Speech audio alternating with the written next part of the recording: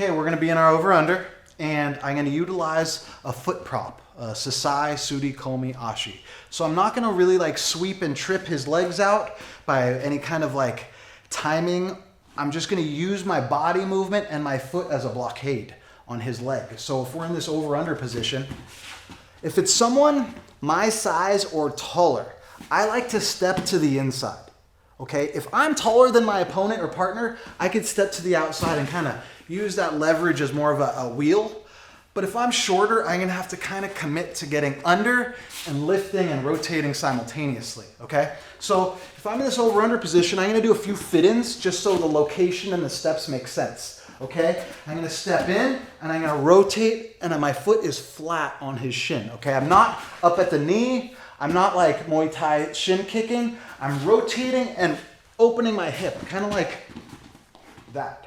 Okay, my body movement and my Tai Sabaki, my balance break with my Kazushi should have him fall nice and eloquently onto his back. Okay, there's a few ways this ends up with either his hand planting on the mat and we make the adjustments to get our kind of wrestling grovelly takedown from a front headlock, or just a nice clean takedown to their back. So I'll show the hard one first, where it's just a nice throw.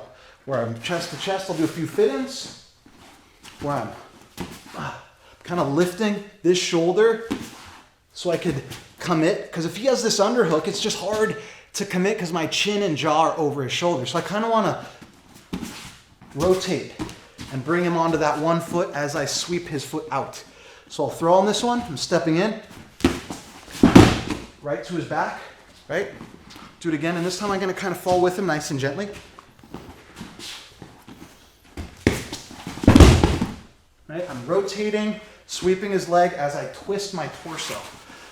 So breathe out, tuck your chin, stay loose as well as your partner. As your partner falls, try not to have them hold on to you. That's gonna only be harder for them, okay? You're gonna fall chest to chest. It's just the ukemi, the falling of practice. Practice of falling is important. One more time here. I'm gonna use this inside step to kind of break the balance of this foot right there. Now I could twist and rotate fairly easy. So we're in this position. Falling on top, I'm nice and side control, perpendicular, good position. Okay, that's my Sasai Sudi Komiyashi as like an ippon or 4-point throw in freestyle, or just a nice flat back takedown in MMA or no-gi grappling, okay? So now he's gonna let go of the overhook and post his hand on the mat. Very calm. So when I do the Sasai, I'm gonna transition from my underhook, slipping my shoulder over his head so I have a front headlock. And from there, check out the short offense series where there's a million finishes to a front headlock, snap and go, knee tap, tuck the head. Bunch of options. So it's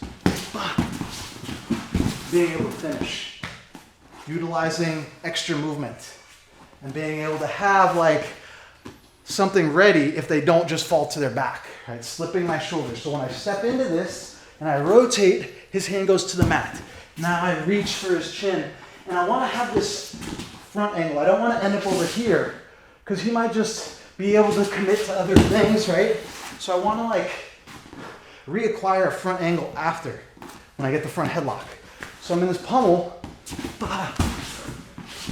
right? I have options from here, right? One more time. Right, I have this good front headlock. We could choke. Depending on the discipline, you have different options, but we've basically gone from an even position to top from a front headlock. So you're working and building towards having an incremental advantage rather than just one big sweep slam. Both are great. Give it a try.